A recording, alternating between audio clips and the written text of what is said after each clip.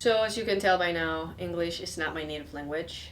I still make a lot of mistakes. I sometimes use expressions in the wrong context, and as much as I try to push it away, my accent shows up, especially if I'm tired. However, I feel like I've gotten to a point where I'm very comfortable with reading and writing about complex stuff and having conversations about a variety of different topics with a fair amount of depth. And I guess my journey started in a way that may sound familiar to you, which is like a first encounter at school in a dynamic field with boring workbooks and overall disengaged teachers and students. And I think it's so sad to be studying the language for so long, like all through school and high school, only to be able to hold a very basic conversation with a native. And even that conversation fills you up with anxiety. I also feel like this leaves people feeling stupid or like they're not made for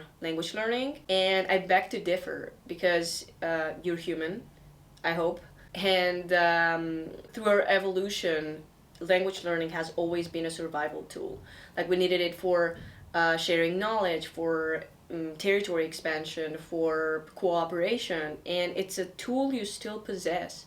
I just feel like you haven't been provided with the right skills for learning to happen. And throughout this video, I just wanted to share some insights about how I acquired those skills through my experience and all the things that I did to help me get to where I am right now. So firstly, I'd like to divide this video between two main parts because I want to talk a bit about the mindset around the learning and then talk about the learning and some practical steps you can make right now as soon as you finish this video.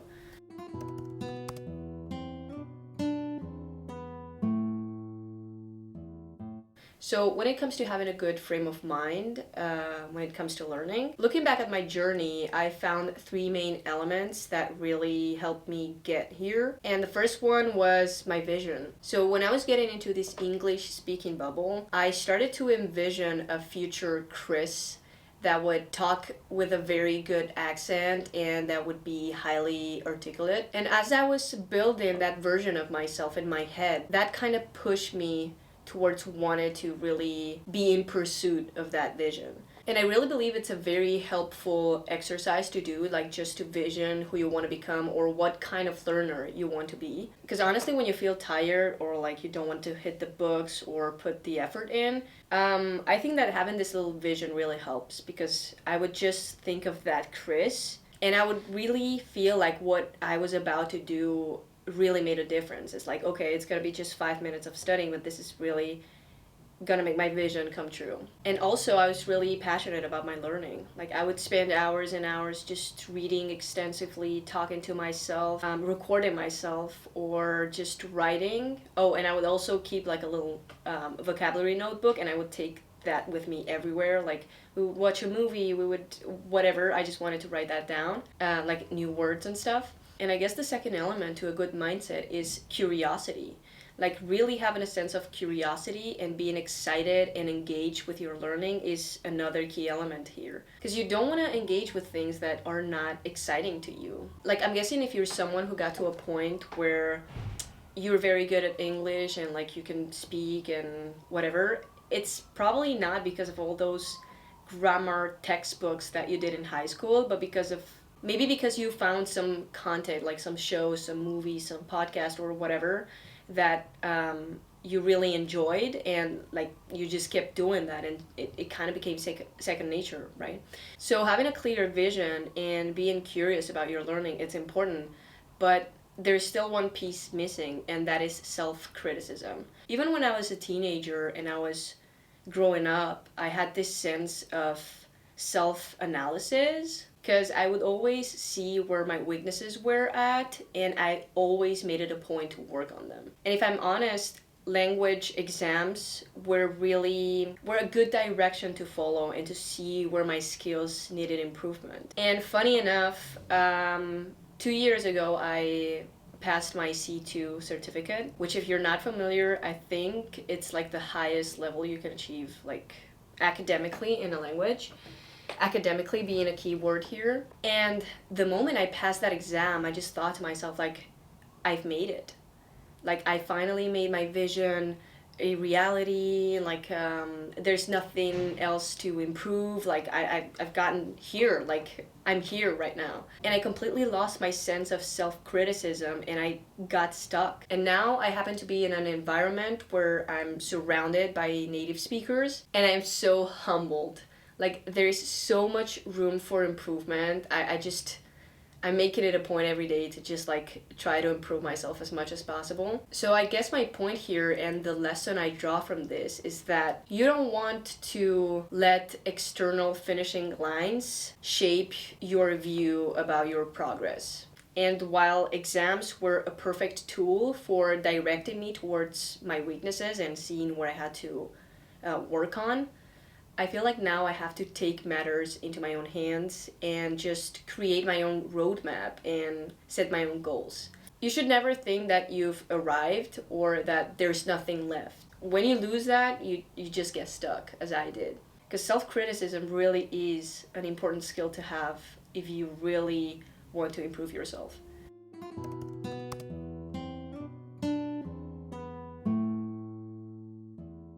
So now that we talked a bit about the mindset, I want to kind of bridge this element with more practical steps you can take. And language learning can be understood in terms of input, that is what you receive, what you put into your body, like reading and listening, and in terms of output, what you produce, like speaking and writing. And while both are crucial, input always comes first because you need to give something to your brain in order to produce something. Just think about the fact that we as humans, in order to start talking, we need like 3 or 4 years of constantly getting input from our environment and then start talking. That's why talking is usually harder and you can understand way more than what you can produce. It's a normal thing. And also the two processes work differently in the brain, but that's a topic for another conversation.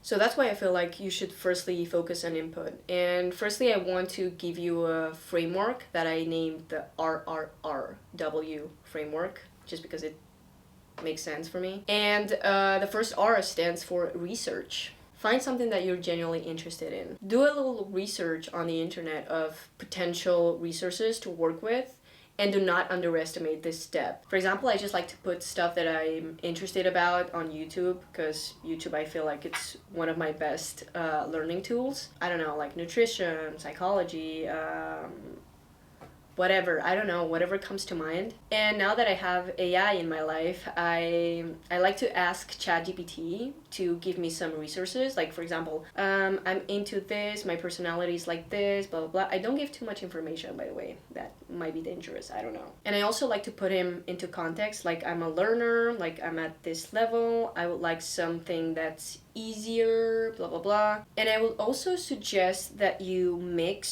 go for content created for learners and authentic content, because usually content created for learners is like slower and it's very useful, but you should be exposed also to the authentic stuff, because you don't want to have that gap of like, I'm learning this but it turns out that the language is nothing like this.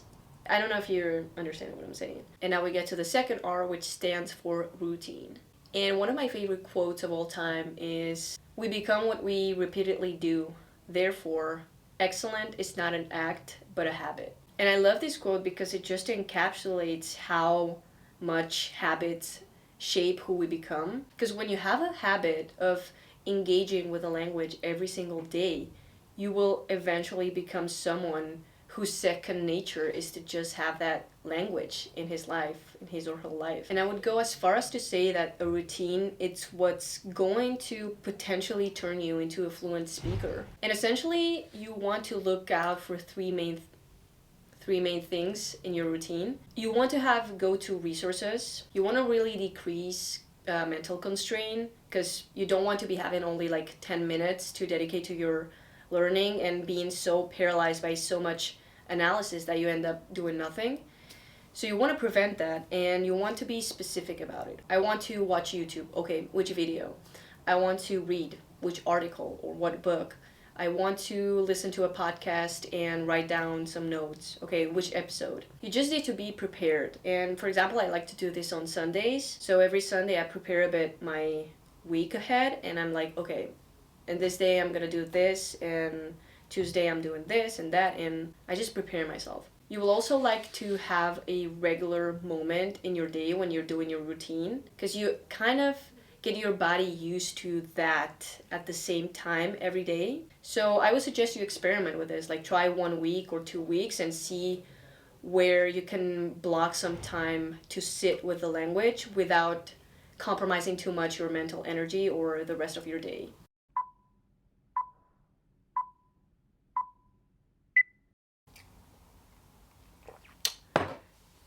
So my camera just died. Well, not right now, but when I was recording this. So I had to do some stuff, and now it's nighttime, so I'm sorry for the sudden change. But I believe, as I wrote down here, that I was talking about the routine part and how you need to go resources and finding a regular time to just sit with the language every single day. And the last point in this part was to keep it short and sweet. Because I don't know about you, but I have this tendency of overdoing things at the beginning. Like, I get so invested in like changing my life somehow that I just overdo it, and after 1 week or two I kind of feel burnout and I just want to quit altogether. So that's why I like to really start small. For me, 15-30 minutes a day, it's perfect. And like if you have more time dedicated to it and you could consistently keep up with that, then by all means do it. But sometimes I find myself doing like 2 or 3 pockets of 15 minutes a day, and it adds up immensely. And ideally, you would want to be immersed in the language in another way besides this routine, because this routine is more for like sitting down with the language. And you would want to do that with dead time, for example. Maybe you're in a traffic jam, in the metro, or just walking or whatever, and use those small amounts of times to turn that dead time into learning opportunities. Also, I feel like you can trick your social media algorithm into showing you content only in English. I don't think that's that hard, because pretty much everything that's mainstream, it's nowadays in English. And I just also feel like this trends or sometimes shifts in society somehow happen or like come from the English speaking world, or maybe I'm biased because of what I see on social media. But I think that's a good idea also, to stay at the forefront of new ideas and new culture while developing your skills. So social media can be a good asset if you know how to use it. And now that you have your choice of input and your consistent routine, the third step is refinement. And you know what they say, we are what we eat. So limited or poor quality input will definitely constrain the richness of your output. So you want to feed your brain with a dense and diverse diet of the language. Because, you know, for years I've been having the same input over and over, and I kept asking myself, why am I not improving? Like, what's going on? And if you found something that you really like enjoy, and it's like, I don't know, your favorite YouTuber or whatever, like by all means keep doing that. But if you really want to take your English to another level, I really suggest you start looking for something a bit more challenging. So nowadays, every couple of weeks or every X months, depending on my goals and my time available, I conduct a little input check in order to kind of see the quality of my input. And if you want to push yourself, I really suggest you start looking for abstract ideas. For example, I've recently discovered 2 podcasts called Academy of Ideas and Philosophize This, which I highly recommend.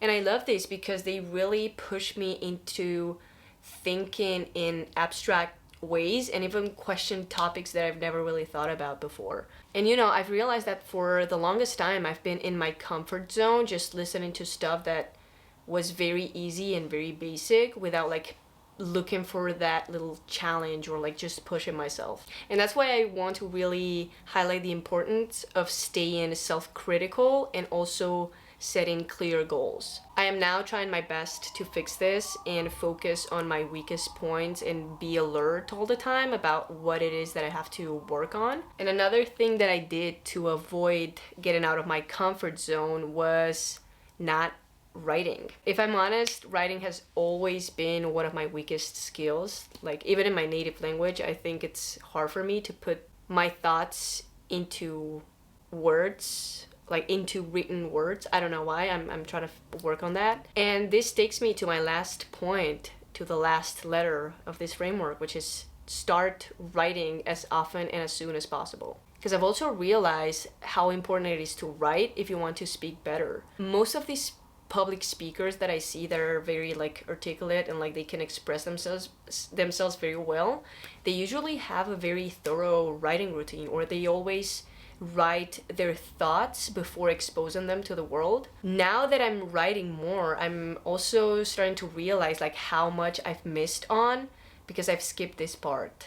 And you know, at first just writing about your day and kind of journaling about it, it's already a tough job depending on where you are. But I feel like going next level requires something more. For example, I am now writing little stories about random stuff. I am writing about certain ideas that I hear or read about. I'm trying to write my thoughts on different topics like political stuff or like just life in general. I'm getting very deep with this, and I feel like not only it can improve your English, but also it can improve the lenses through which you see the world, because you have to verbalize such abstract concepts that you just feel like you understand them, but when you're writing about them, you start to realize that you don't really know anything about it.